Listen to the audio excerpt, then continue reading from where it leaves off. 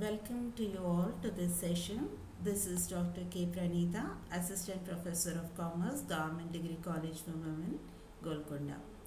Today we will learn about elements of cost and in that about materials and how they are maintained in large scale organizations and how to make use of them effectively and minimize wastage and thereby maximize the losses.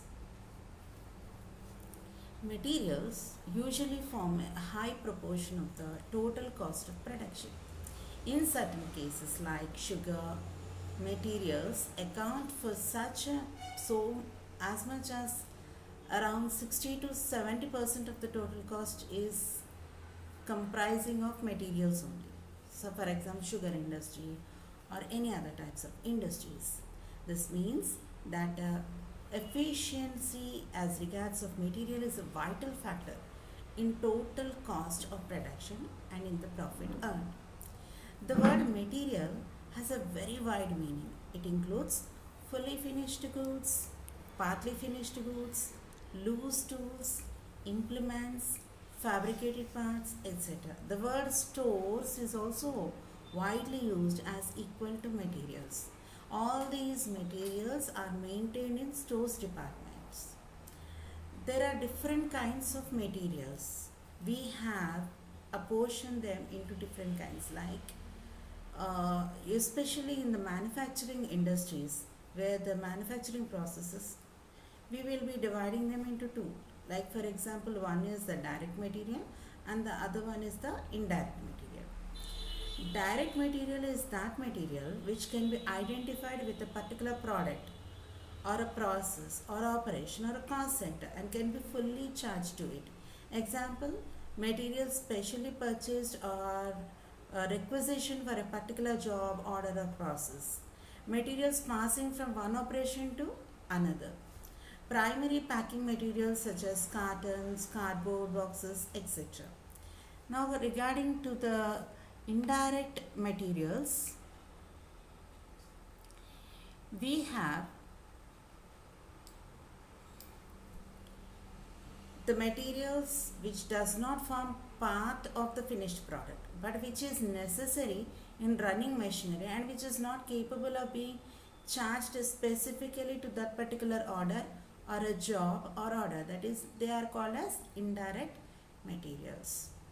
Now, when we come to the material control, how we have to control, that is, if you want to control these materials, what are all the things we need to do in the organization?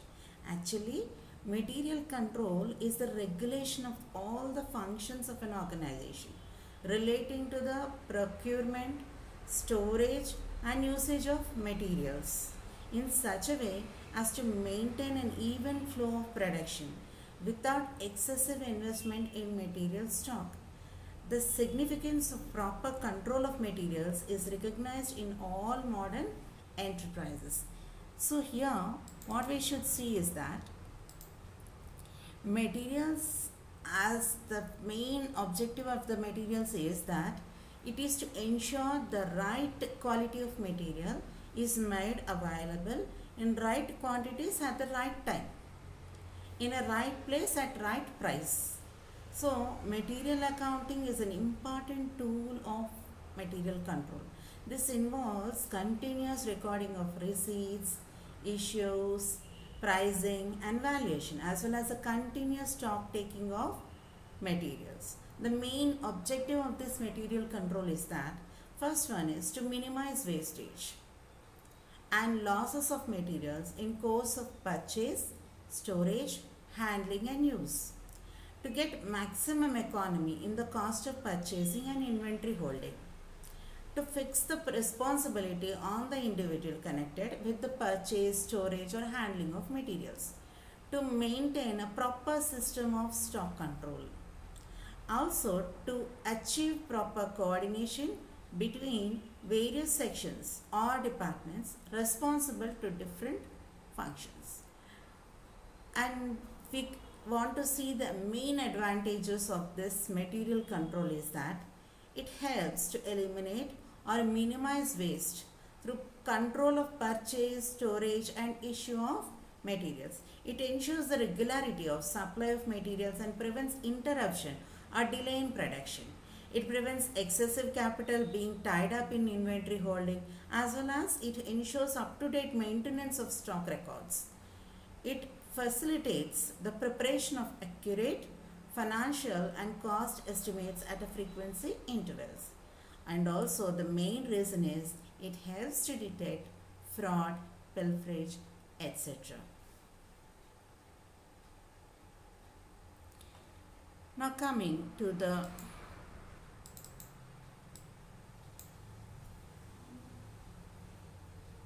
next one is material stock levels. One more thing we can say that the main advantage of this material control is that production can be controlled by timely flow of materials. This is also one advantage. An efficient system of receiving, checking, and inspection can be organized by channelizing the materials received through a definite route. There is also economy in economy, that is in negotiating one contract to supply all the factories. An all-round efficient and more economic buying can be affected. There are some disadvantages also, that is where all departments require same type of raw material, centralized purchasing is advantageous. If the departments require different types of raw materials, centralization of purchase has a very little advantage, and also purchase process may not be so much easy. So these are all the main objectives and advantages of material control. And if we see the material stock levels, they have segregated this material separately for the stock to be maintained in the stores department. That is the maximum level to be maintained, minimum level, reordering level, economic order quantity, and the danger level. So the main duty of a storekeeper is to send requisitions for materials for replenishment in time so that the production may not hamper for want of materials. He must see that capital should not be blocked in overstocking of these materials. In this respect, he is guided by all these things, levels, different types of levels. The first and foremost one is the maximum level. It is the upper limit of the stock of materials beyond which the stock of materials should not be allowed to go. If the stock exceeds this maximum limit, then it is unnecessarily locks up the working capital. Maximum limits will be generally fixed in consultation with the finance manager, who makes it known that funds can be spared for inventory purposes. Maximum level is prescribed in order to serve the unexpected need for material at any time in future. The maximum limit will be crossed in some special cases. For example, when an article is in a short supply, the maximum limit may be safely ignored if a lot available is in a very reasonable prices. We can say that the following may be considered on the basis of which maximum stock level is fixed. On what basis? The rate of consumption, time necessary to get new deliveries, availability of store space in the department, risk of obsolescence, risk of deterioration, and average rate of consumption, amount of capital required and available, extent to which price fluctuations will take place, economic ordering quantities, government policies, changes in fashion and demand, etc. etc. So maintaining this maximum level, the main advantages of it are, first one is it relieves the management from taking inventory decision for each and every item of stock. It reduces the possibility of excess capital being blocked up in a stock item, and it reduces the transport cost and minimize the losses associated with excessive and stockpiling. The main disadvantage of this maximum level is it involves investment of large funds so that there will be loss of interest. Maintenance of stock records may become routine affairs and may escape the management's attention. Large stocks may cause some temptation in the minds of some workers to steal some quantities. Inventory decisions taken at lower level may not be very appropriate under critical situations. When stocks are maintained for a long period, there may be deterioration in quality. So this calculations we will be seeing later on how we have to calculate each and everything. Next one is the minimum level.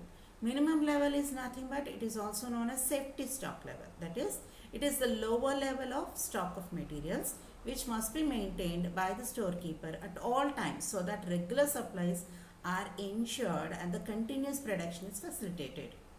If the stock of materials falls below this minimum level, the production has to be stopped. The expensive machinery has to be allowed to remain idle. Other overhead expenses are to be incurred and even the contract may have to be repudiated. Hence, material stocks should not be allowed to fall below the minimum level. The minimum stock level is fixed by taking into consideration the following things: rate of the consumption of the material, time required to obtain fresh deliveries. The next one is the reordering level.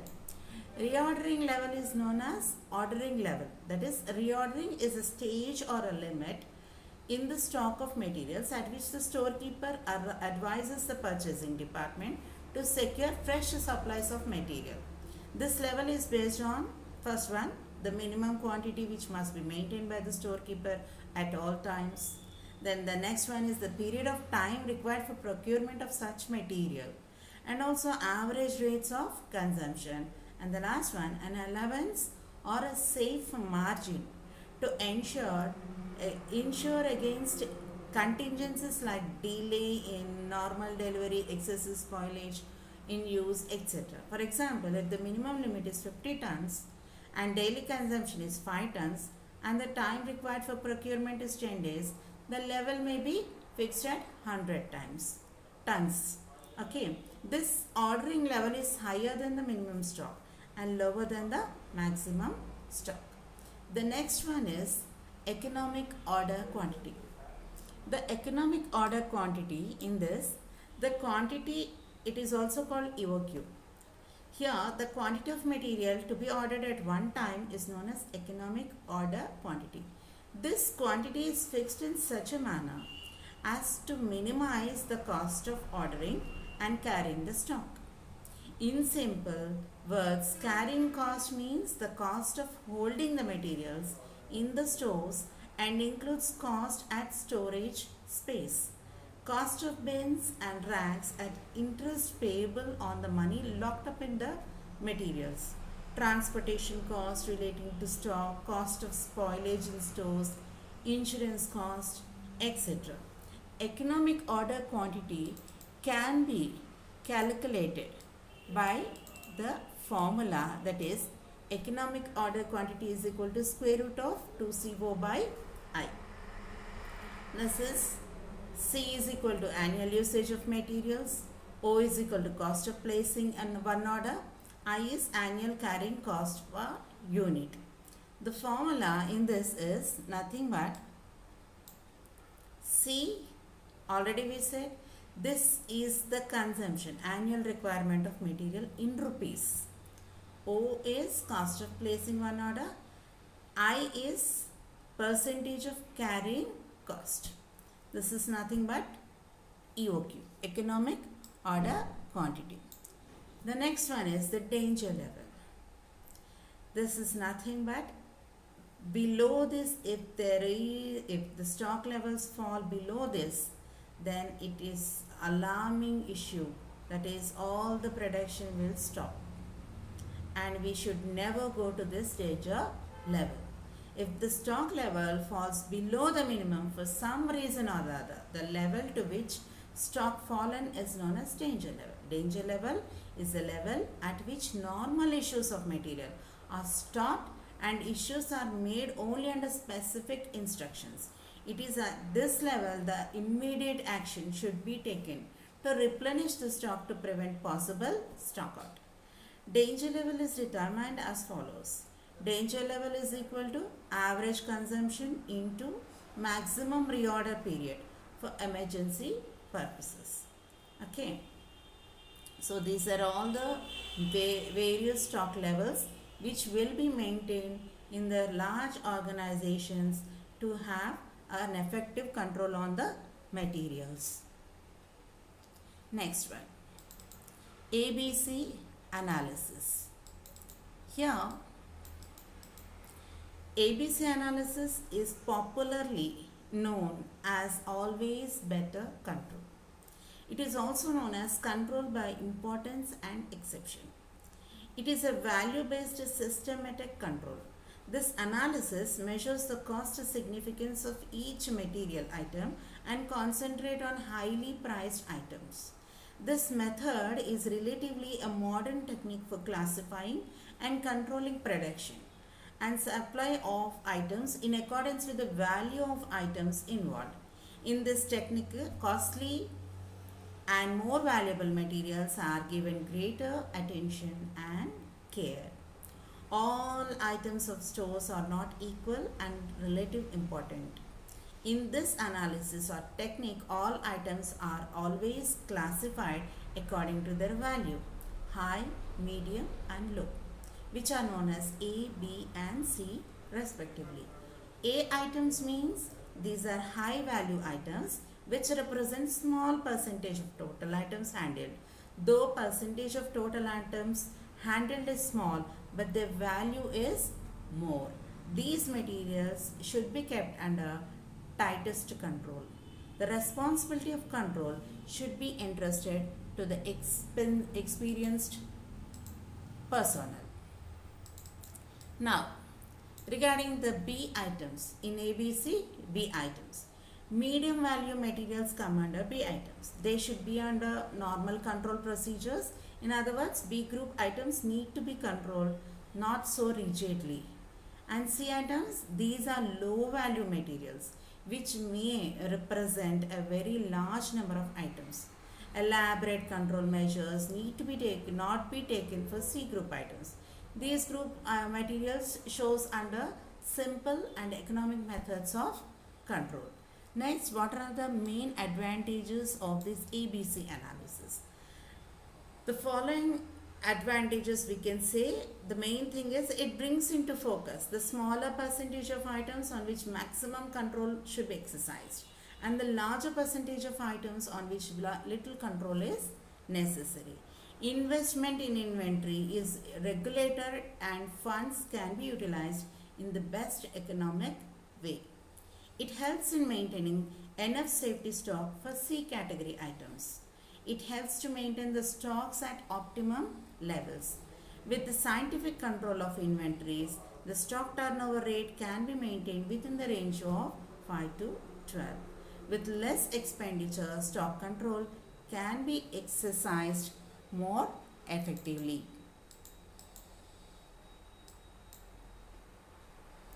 Now,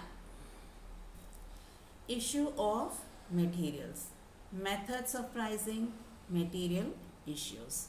Here, actually, materials are issued to various jobs or works from the stores to various production departments in the organization. They are debited to the jobs or works orders which received them and credited to the materials account. The jobs are debited with the value of materials issued to them. There are many methods of pricing materials issued. Each method has its own advantage and drawback. There is no single method which can be used for all industries and under all circumstances.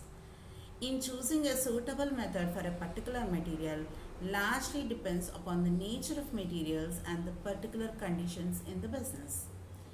The pricing of materials issued from stores to various jobs is a difficult matter because materials are purchased from time to time at various prices and in small quantities are issued there from to various jobs at different times.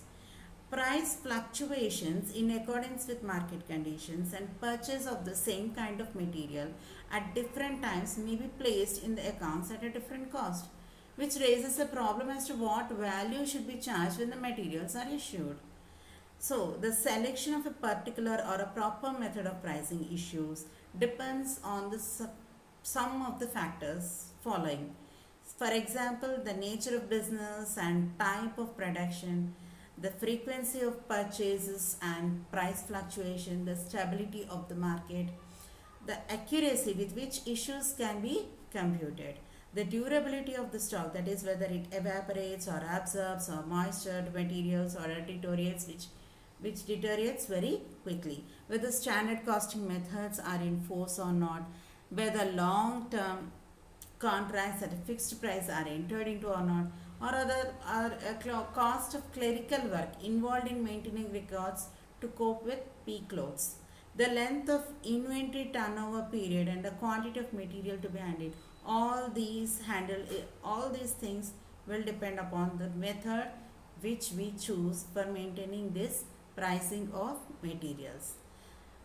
So there is no doubt that the custom of the industry or the business and indeed the views of the management and the cost accountant play important role in the selection of the appropriate method. Here in this methods we see first in first out method. We also call it as FIFO method. This is the price paid for the materials first taken into the stock from which the material to be priced could have been drawn. By this method, the first material purchased are deemed to be first issued. It is assumed that the materials purchased are issued in strict chronological order. That is, the first come materials are sent first to the production. The main advantages of this particular method, that is the first in first out method or the FIFO method, is that it is advantageous when prices are falling. Actual costs can be recovered from production in the order in which they are incurred. Then valuation of stock balance is a fair commercial valuation of stock. And sometimes no profits or losses arise. Value of issues after allowing for stock exactly equal cost of purchases. It is easy to operate if prices do not fluctuate too often. The main disadvantage of this particular method is that this method involves cumbersome calculation if prices are subject to frequent changes. The issue price may not reflect current economic value, especially when there are many changes. Many changes, that means in the sense too many changes are there in the prices of purchasing that particular material. In times of rising prices, the charge to production is unduly low as the cost of replacing the material will be higher. Thus, this method tends to inflate profits and hence dividends to the expenses of a capital. The application of this method sometimes becomes inequitable. For instance, two identical jobs started say within 15 minutes one after the other may bear different charges for the stores used up in their completion. This is particularly so if market fluctuations are frequent and considerable. It does not permit useful comparison of the cost of different jobs, work orders or products. This method is suited in the case of materials of slow consumption, high unit price and where the prices of raw materials are not subject to frequent fluctuations. The other method is that last in first out method, or we can say that it is a LIFO method. This is the price paid for the material last taken into account from which the material to be priced could have been drawn. By this method, the latest purchases are deemed to be first issued. This method operates in reverse to FIFO method. The main advantages of this particular method is production charged at the most recent prices. It is based on the principle that cost should be related to current price levels. Next, it is advantageous at the time of rising prices. Neither profit nor loss is usually made. It obviates the necessity for continuously ascertaining the replacement price of materials. The main disadvantage of this particular method is that it involves considerable tedious clerical work. It tends to inflate profits in times of falling prices as stocks will be valued at higher rates. Even if closing stock is valued at cost, it does not represent the current price levels in the balance sheet. The last one is that comparison of job consists cost amounts unfair. It is comparison of job cost amounts unfair. They are not correct. Next one is the simple average method. In this method, usually prices are averaged together. That is, neither the first price or the last price. The prices are being averaged. If 2 prices are there, divided by 2. If 3 prices are there, divided by 3. This is the price which is calculated by dividing the total of the price of materials in the stock from which the materials to be priced could have been drawn by the number of prices used to calculate the average price. The simple average means only the adding up of 2 prices and dividing the sum by 2. Advantages, it is very simple. It may bring profits in the issue of materials. It can be used satisfactorily where prices of materials is comparatively low. The disadvantage of it is that it may produce absurd results. It introduces an element of profit or loss in the issue of materials. It gives only average cost but not an actual cost. The other method is that weighted average method. In this method,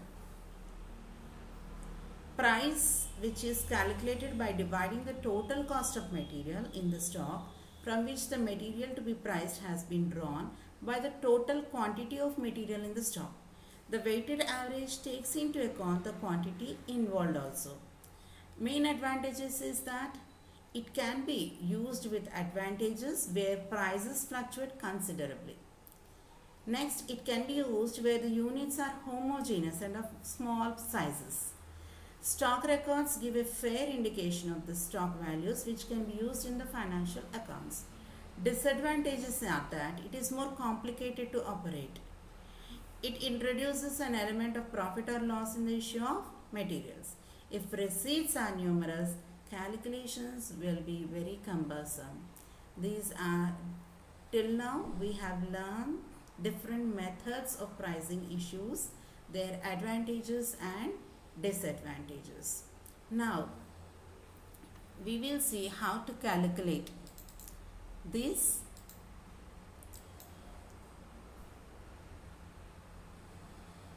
problems.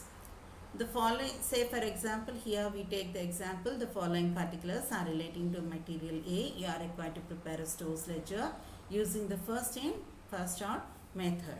They have given you various receipts in different dates and also issues in different dates. They have given you the receipts with rate, that is the price of it, and issues we have to write that. So we will see how we have to solve this. See the procedure now.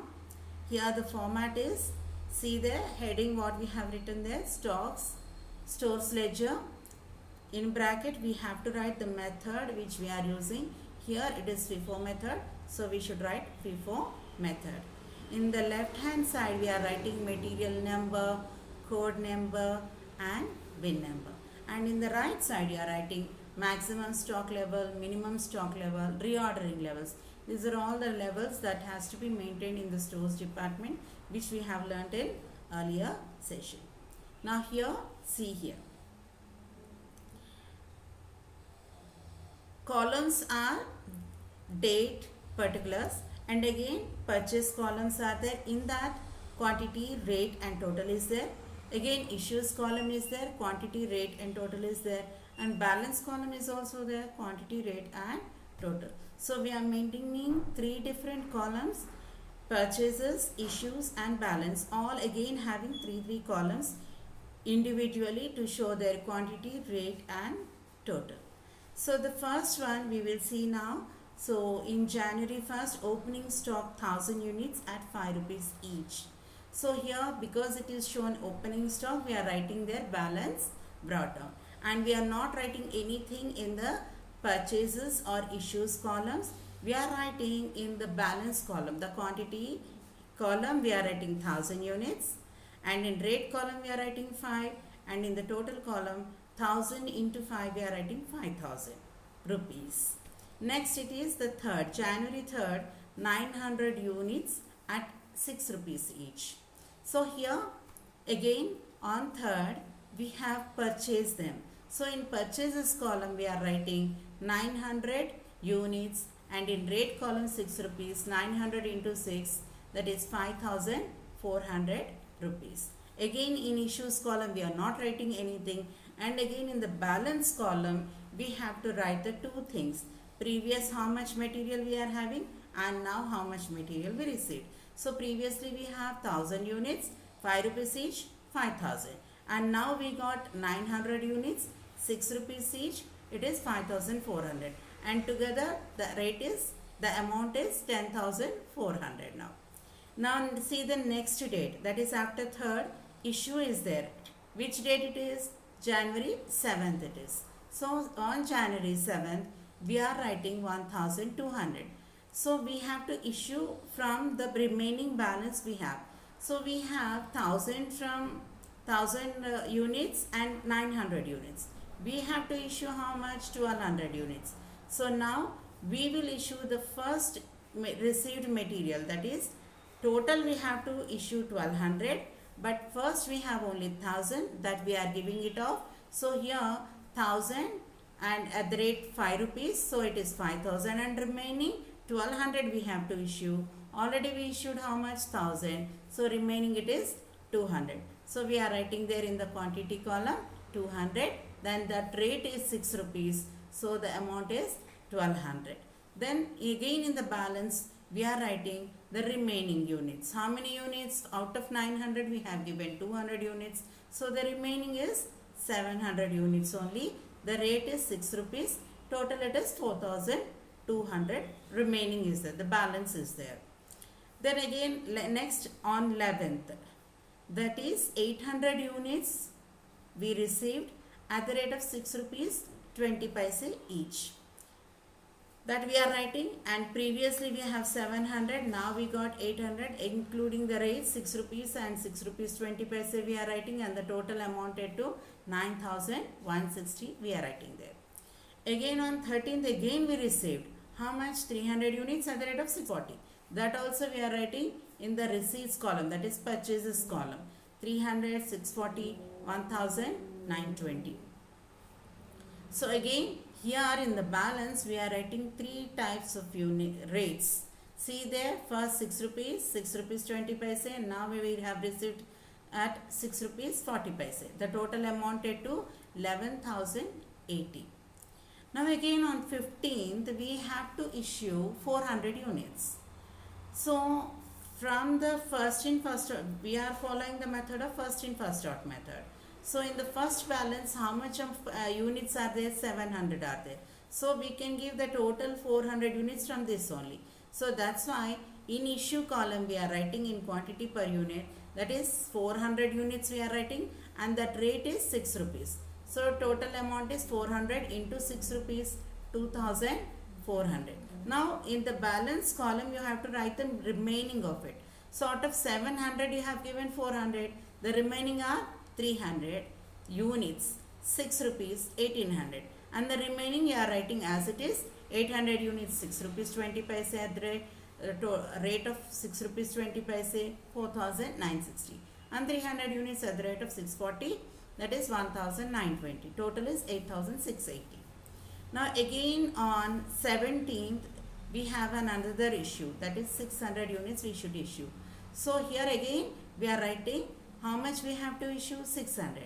But see here in the balance column we have only 3 units starting, so that we have to issue first only. So we are issuing 300 units at the rate of 6 rupees 1800. Now from the another one, total we have 800, so from that we are issuing 300. Totally we have to issue how many units? 600 units. Already here in the issue column 300 we have given it off. So from the remaining 300 we will give at the rate of 6 rupees 20 paise. Now in the balance column, now the remaining you have to write. Already 300 we have given it off, and again from 800 units you have given off 300 units. So the remaining will be 500 units at the rate of 6 rupees 20 paise, that is remaining 3100. And again 300 units at the rate of 6 rupees 40 paise, it is 1920. So the total it is 5020. And again on 19th we have received, that is we have purchased 200 units at the rate of 650 each. So it is 1300, and in balance same in a chronological order we are writing 500 units, 300 units, 200 units, and the balances we are writing. Total it is 6320. Again on 25th January we have issued around 600 units we have to issue. So see the first column, how much balance you have there? 500 units. So that 500 we are issuing it off. So 500 at the rate of 6 rupees 20 paise, it is 3100. And remaining how much we have to issue? 100. From the another rate, that is from 300 we are giving 100. So it is 100 here at the rate of 640. The amount is 840. And remaining balance how we are rating? The first one 500 you have given it off. The other one 300 minus 100. So balance you have is 200 units at the rate of 6 rupees 50 paise. So the total amount is 2580. The total amount of material we have in the stocks, that is stores ledger. This is shown in a date wise, the total units, and separately and how much rate we have, and the total amount of stock we are having in that particular day. This is how we are going to maintain different types of stores ledgers, different types of methods. In this we have learned FIFO method. I think you have understood this session. Thank you very much.